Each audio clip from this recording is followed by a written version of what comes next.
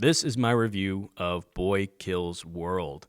This movie had a first-time director. It had a writing team of 3 people, which I'm always wary of, and none of them had done anything of notoriety. So it wasn't anything about the team behind this movie that got me to it.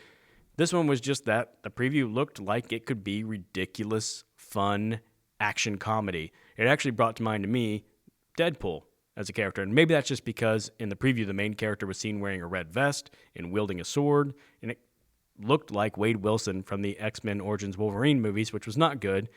But the irreverent humor mixed with the stylized, over-the-top action looked more like the actual Deadpool movies, which I enjoy. Now, the premise of this movie is a basic revenge type movie, but the unique twist is that the hero is mute and deaf. And this character is played in 2 parts. It's played physically by Bill Skarsgård, who most people know as Pennywise the Clown from the It movies. He's also the villain in the most recent John Wick movie. And then the voice that he hears in his head, his self-narration, is done by H. John Benjamin, who is an accomplished voice actor. He does the voice of Archer in the show Archer. He does the main voice in Bob's Burgers.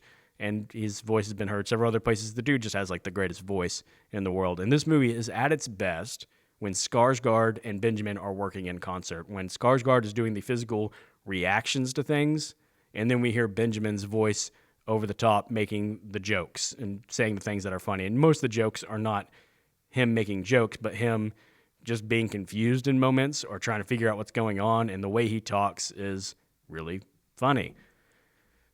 This movie suffers from weak character development and just not a very well fleshed out story. That's exactly what you would expect going into a movie like this, though.